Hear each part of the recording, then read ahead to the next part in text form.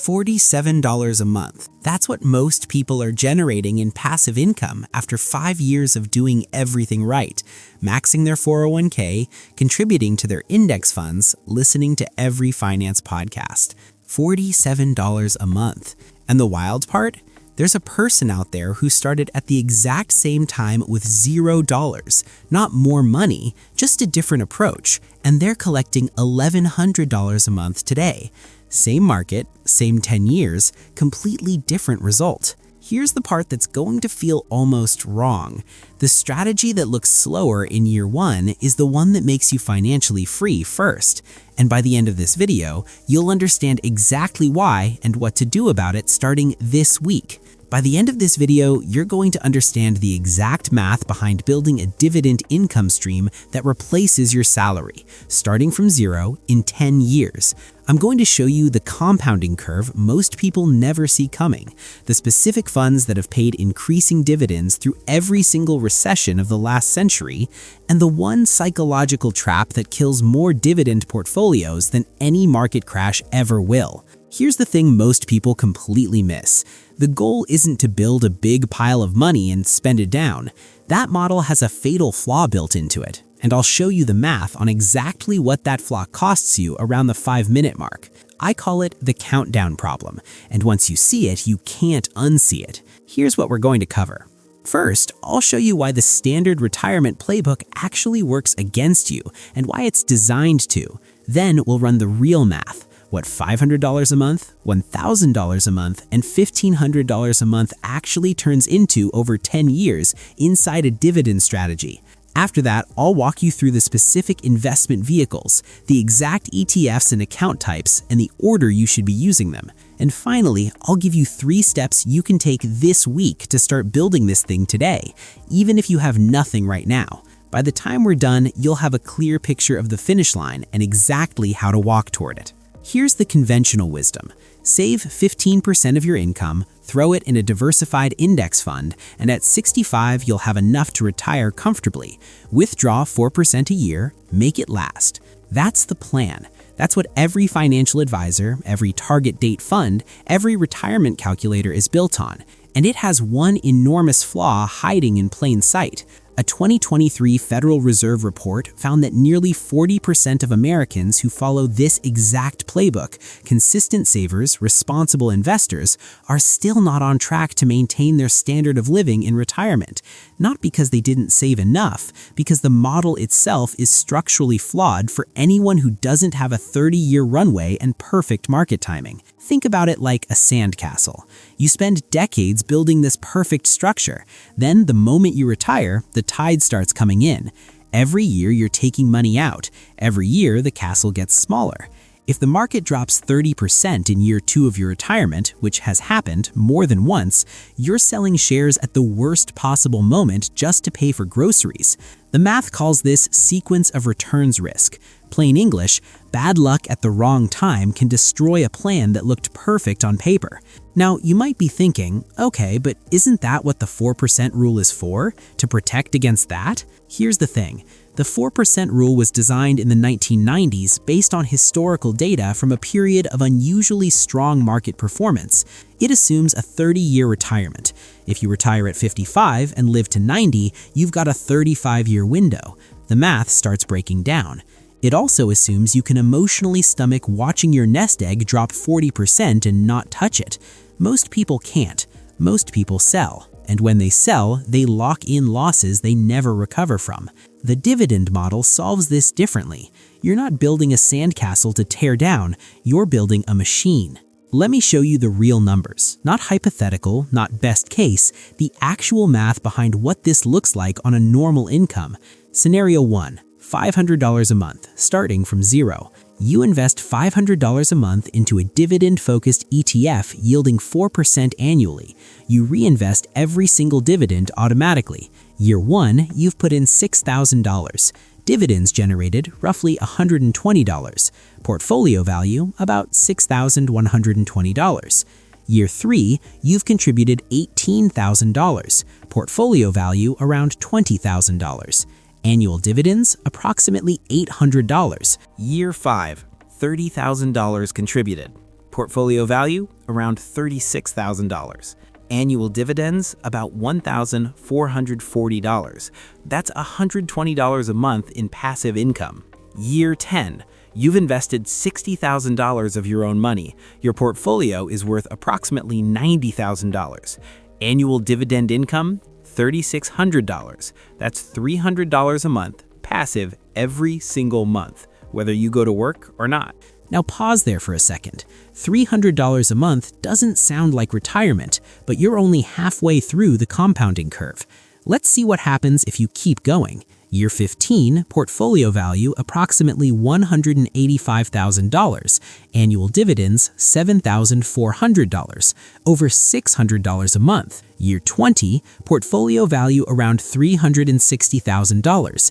Annual dividends, $14,400. That's $1,200 a month without ever touching the principal. Scenario 2, $1,000 a month. Same math, double the fuel. Year 10, portfolio worth approximately $180,000. Annual dividends, $7,200, $600 a month. Year 15, portfolio worth around $370,000. Dividends, $14,800, over $1,200 a month. Year 20, portfolio roughly $720,000. Dividends, $28,800, $2,400 a month. But here's the number that changes everything. If you increase your monthly contribution by just 10% per year, maybe a raise, maybe a side gig, maybe trimming one expense, by year 10, you've invested around $190,000 total, and your portfolio is worth approximately $370,000. Annual dividends, $14,800. That is $1,200 a month in passive income at year 10, and the machine is still accelerating. Slow down and sit with that. $1,200 that shows up whether you work or not. No goss, no alarm clock attached to it. That's real. The reason this works is not magic. It's the difference between linear growth and exponential growth. Every dividend you reinvest buys more shares. Those shares pay more dividends, which buy more shares. The early years feel like nothing is happening. That's because you're building the base of a curve that's about to go nearly vertical. All right, remember that countdown problem I mentioned at the start? Here it is. The traditional model, accumulate a pile, withdraw 4% per year, is structurally a countdown to zero. Every withdrawal reduces the principal. A smaller principal generates smaller returns, which requires a larger percentage withdrawal next year, which shrinks the principal more. It's a slow bleed. The goal is literally to not run out of money before you die. I'm not being dramatic. That's the actual design of the system. The financial industry calls this decumulation. You're spending down your life savings and hoping the math holds. Dividend investing runs this entire logic in reverse. You're not building to spend down. You're building a machine that generates cash flow and never shrinks because you never touch the principal. The dividends are the income. The portfolio keeps compounding. When you die, you pass the machine to your kids, not a depleted account with 7 years of runway left. This is where it gets really interesting, because this isn't just mathematically different, it's behaviorally different in a way that almost nobody talks about. Here's what I mean. When you're living on dividends, you don't have to predict the market. You don't have to time your withdrawals. You don't have to wonder if this is the year the market drops and destroys your sequence of returns. You collect your dividend check. The stock price can do whatever it wants. As long as the underlying companies are profitable, the cash keeps coming. In 2008, one of the worst market crashes in modern history, the S&P 500 dropped about 38%. Plenty of people in traditional retirement accounts watched their savings cut nearly in half. But the Dividend Aristocrats, the S&P 500 companies that have raised their dividend for 25 consecutive years or more, most of them kept paying. Some even raised their dividend during the crash. Coca-Cola, Johnson & Johnson, Procter & Gamble. The stock prices dropped. The cash flow didn't stop. People who were reinvesting dividends in 2008 and 2009 were essentially buying quality businesses at a 40% discount. By 2012, their portfolios had not just recovered, they were generating significantly more income than before the crash because they'd bought so many cheap shares at the bottom. The market crash, for dividend investors who held, wasn't a disaster, it was a sale. There's a mental trap that kills more dividend portfolios than any market crash ever has. I call it the visible progress illusion. It works like this. In year one, you invest $500 a month. You earn $120 in dividends for the entire year. You do the math. $120 divided by your $6,000 contribution, and you think, at this rate, this is going to take 100 years. You feel like nothing is happening, because in the short term, almost nothing is. And so people quit. They move to options trading, they chase crypto, they buy rental properties without enough capital, they scatter their focus across 5 different strategies and master none of them, all because dividend investing felt too slow in year one. Now, here's what most people don't realize. That feeling, that nothing is happening feeling, is actually the process working correctly. The compounding curve is not linear, it's shaped like a J. Flat, almost invisible progress for years 2, 3, 4, then a bend, then the steep part. The problem is most people quit during the flat section 1 year before the bend. There's a guy I know, I'll call him Derek, who started a dividend portfolio in 2018 with $400 a month, made $190 in dividends his first year, thought it was pointless, kept going anyway, mostly out of stubbornness. By 2022, his annual dividends crossed $3,800. By 2024, they hit $6,200. He didn't change jobs, he didn't get a massive raise, he just didn't quit. The key insight is this. Dividend investing doesn't reward intelligence, it doesn't reward research skills or market timing, it rewards one thing, the ability to stay invested while everyone around you is second-guessing themselves. And there's one specific behavior that separates the people who make it to year 10 from the people who don't. They never spend the dividends early. Here's the math on that decision. Every $1,000 you pull out of a dividend portfolio in year 3 instead of reinvesting costs you approximately $4,200 to $5,000 in lost portfolio value by year 10. You're not spending $1,000, you're spending $5,000. You just don't feel it until later. Every dividend you reinvest is another soldier in the army. Every one you spend is a soldier you sent home. Here's the blueprint. Specific, in order, starting this week. Step 1. Open a Roth IRA today. If you don't have one, open it this week. Vanguard, Fidelity, Schwab, any of the 3. It takes about 15 minutes. Fund it with whatever you have, even if it's $50 to get started. Inside that Roth IRA, buy SCHD, the Schwab U.S. Dividend Equity ETF.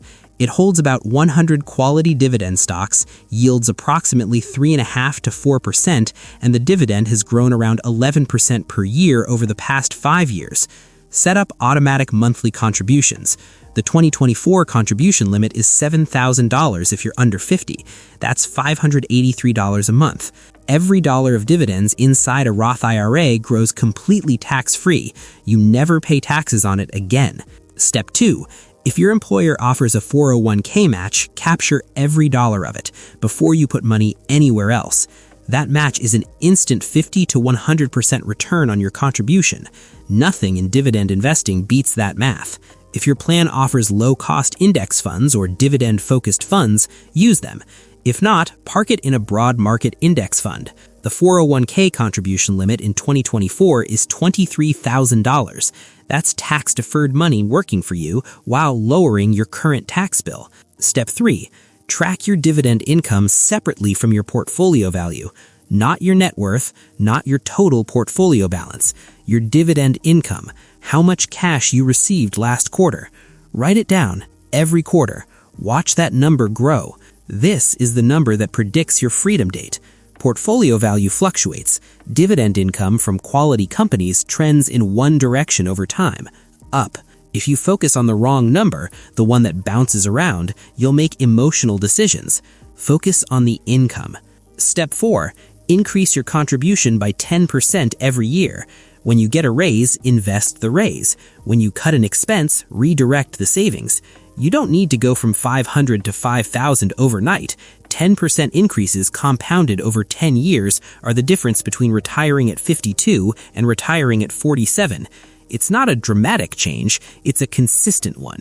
And yes, everyone's situation is different. You might have debt to deal with first. You might have a higher or lower income. The specific numbers shift, the principle doesn't. Build income-generating assets as aggressively as your life allows, reinvest every dollar they generate, and don't stop. Here's the one thing I want you to do in the next 24 hours. Just one. Go open a Roth IRA or log into the one you already have. Set up a recurring monthly contribution. Any amount, even $50. Buy one share of SCHD. That's it. You're not committing to a lifestyle overhaul. You're starting the machine. The machine will do the rest if you let it. If this helped you see something you hadn't seen before, give it a thumbs up. It tells me to make more of this. And subscribe if you want to keep going down this path. There's a video linked on screen right now that goes deeper on dividend ETFs, specifically how to build a portfolio of 3 funds that covers almost every scenario. Start there next.